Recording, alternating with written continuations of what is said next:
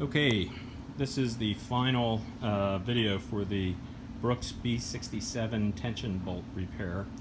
So I put the saddle back on my Surly disc trucker, and it is working fine. So here is the bolt in place with the lock nut, hoping that that's all going to stay. I used a level to level the seat. I have taken it for a ride. It feels tremendously better, and the reason is now I have more suspension, if you will, because the seat's tight. I was able to tighten the seat, and it doesn't make noise anymore.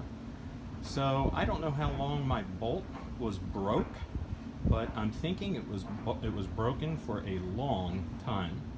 So the last thing I did again is I put the Brooks conditioner on it, and it's drying, and I'm going to wipe it down in a minute. I'm going to put a little bit more on. I think I missed a couple of spots, but I figured since it is now stretched, I better put the conditioner on it to protect it because of the leather stretching and such.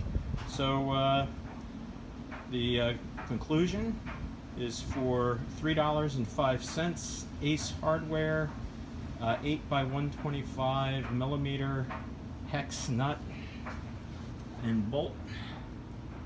I fixed my Surly B67 tension bolt, and by the way, everything you read on the internet about how hard it is to do, when you use a screwdriver on the top of the hex bolt and slip it into